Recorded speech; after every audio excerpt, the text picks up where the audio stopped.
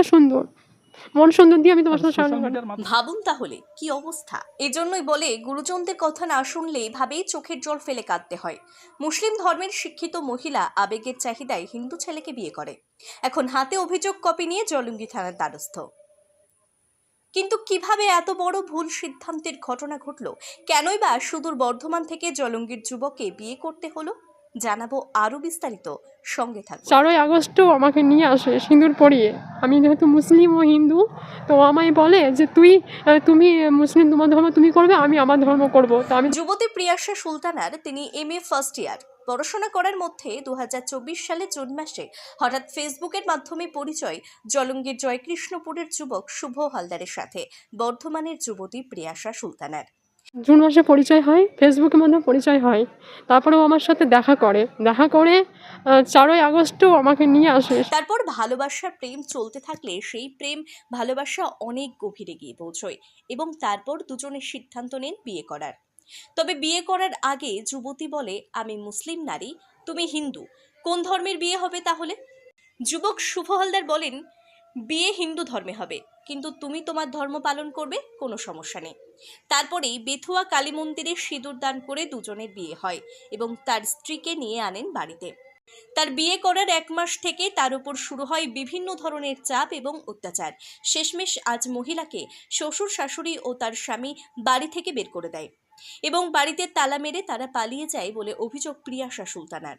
আমি ছিলাম এবং কি সহবাস সব কিছু, পেটে বাচ্চা আসে 16 দিনে, ও আমাকে নষ্ট করা ওর মাসিরা আমাকে টর্চার করে, ও মাসি ওর দিদা আমাকে এই মুহূর্তে আপনাকে বাড়ি থেকে বের করে দিচ্ছে। হ্যাঁ, বাড়ি থেকে বের করে দিচ্ছে। অবশেষে জলঙ্গি থানার দ্বারস্থ হতে বাধ্য হয়।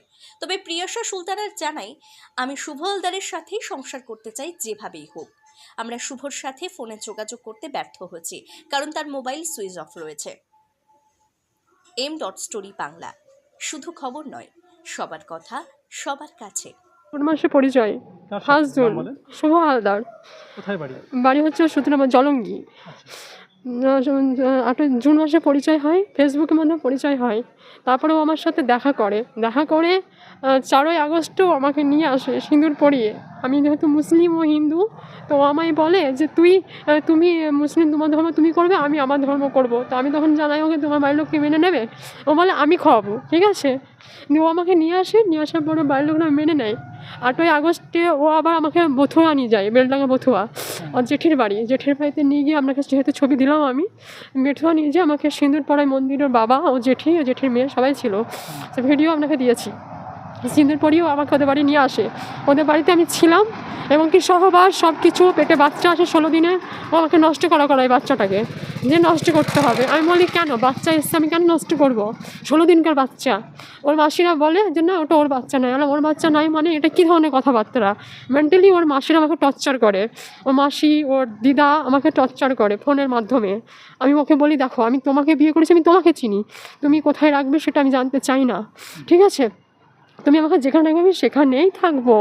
তো আমায় বলে তুই গাছতলা, হ্যাঁ তুই গাছতলা, আমি গাছতলাতে থাকবো, এটা বলি। তো ও আমায় জানাই যে থাকি, সহবাস সব কিছু আমাদের স্বামী স্ত্রী ছিলাম। কালকে পঞ্চায়েতে ডাকে, পঞ্চায়েতে যাওয়ার পরে আমাকে বলে তুই তোমার ডকুমেন্টস দাও। এবার আমি তো মুসলিমের মেয়ে, আমি তো বাড়ি থেকে চলে এসেছি, তাহলে ডকুমেন্টস কেন তারা দেবে? বর্ধমান। হ্যাঁ, বর্ধমান বাড়ি, বর্ধমান সুভাষপল্লী। আমি পড়াশোনা করছি এখন। তো ও আমায় বিয়ে করার পরে ও আমায় নিয়ে আসার পড়ছি। হ্যাঁ, পড়াশোনা MA ফার্স্ট ইয়ার চলছে আমার রানিং। তো আমাকে নিয়ে আসার পরে যে কালকে আপনি মুসলিমের মেয়ে এবং পড়াশোনা করছেন MA, হ্যাঁ, তার সত্ত্বেও আপনি এইভাবে কিভাবে চক্রান্তে পা দিলেন? মানে আমি বুঝতে পারিনি। ও আমাকে বললো যে আমি তোমায় ভালোবাসি, আমি তোমায় বিয়ে করে রাখতে চাই। আমি বলি স্যার আমি দেখতে তো ভালো না, আমি এটা বলি। তো আমায় বলে তোমার মনটা তো সুন্দর, মন সুন্দর দিয়ে আমি তোমার সাথে সোশ্যাল মিডিয়ার মাধ্যমে কতদিনের পরিচয়? ওর সাথে আমার জুন মাস থেকে পরিচয়। জুন মাস বলতে কোন সালের? এই 2024 সালে। 24 সালের জুন মাসে থেকে আপনাদের পরিচয় সোশ্যাল মিডিয়ায়। আচ্ছা, তারপরে আপনাদের যোগাযোগ হয়, ভিডিও কল হয়, দেখা হয়। তারপরেও আমাকে নিয়ে আসে, বিয়ে করে নিয়ে আসে। হিন্দু ধর্মের মতে বিয়ে করি। এখন তার বাড়িতে এসেছেন? ওর বাড়িতে আমি 1 মাস ধরে আছি, 8ই আগস্ট থেকে আছি। 4ই আগস্ট এখানে জলঙ্গিতে 4ই আগস্ট থেকে ওর বাড়িতেই আছি, ওর বাড়িতেই আমি আছি, ছেলেটাও আছে। এখন ওরা আমাকে বলছে যে তোমার ডকুমেন্টস নিয়ে আসো। এবার আমি বলেছি আধার কার্ডের নাম্বারটা দিলে যথেষ্ট। তো বলছে যে না, সমস্ত অরিজিনাল ডকুমেন্টস লাগবে, না হলে থাকতে দেবে না। কালকে ছেলেটাকে পঞ্চায়েতে ডাকে, ছেলেটাকে জিজ্ঞাসা করে, ছেলে বলে সংসার করতে চাই। তারপরে ছেলেটা ব্রেন ওয়াশ হয়ে যায়, ঠিক আছে। সেই রেকর্ডিং আপনাকে আমি দিয়েছি। রেকর্ডিং দেওয়ার পরে ও আমাকে মানে সকালবেলা বলে ছেলে নিয়ে পালিয়ে গেছে। ওরা বলে ছেলেটা থানা যাবো বলে ওরা আমাকে ঘর থেকে বেরোতেই দিচ্ছিল না। আর ওর মা এটা নিয়ে আসবো, বাবা বাড়ি ওটা। আমি বলছি, দেখুন আপনার ছেলে আমাকে নিয়ে আসলো, আমি কী নিয়ে আসবো? ধরুন আমার কেউ নেই, আমি রাস্তার মেয়ে, আমি একটু ভীষণ অসহায় মেয়ে। এই মুহূর্তে আপনাকে বাড়ি থেকে বের করে দিচ্ছে? হ্যাঁ, বাড়ি থেকে বের করে দিচ্ছে। আপনাকে বৌমা হিসেবে গ্রহণ করছে না? না, তারা গ্রহণ করেছিল। তাদের বাড়িতে আমি 1 মাস ছিলাম, স্বামীর সাথেই ছিলাম 1 মাস, ওদের বাড়িতেই ছিলাম। এখন কি গ্রহণ করছে? এখন গ্রহণ করছে না, এখন বলছে থানা যাবো। থানায় ঘর তালা মেরে পালিয়ে গেছে কোথায় সবাই। সবার বাড়ি থেকে হ্যাঁ। পালিয়ে গেছে? আপনি এখন অভিযোগ করার জন্য থানায় এসেছেন? থানায় এসছি, ওরা পাশে বাড়িতে আছে। এইটুকুই ছেলেটা, চাইছেন আপনি বলেন? আমি সংসার করতে চাই, আমি ছেলেটার সাথে সংসার করতে চাই। এইটুকুই আমার অনুরোধ আপনাদের কাছে। আপনার নাম বলুন। নাম তিয়াশা সুলতানা, ওরফে পাপিয়া খাতুন।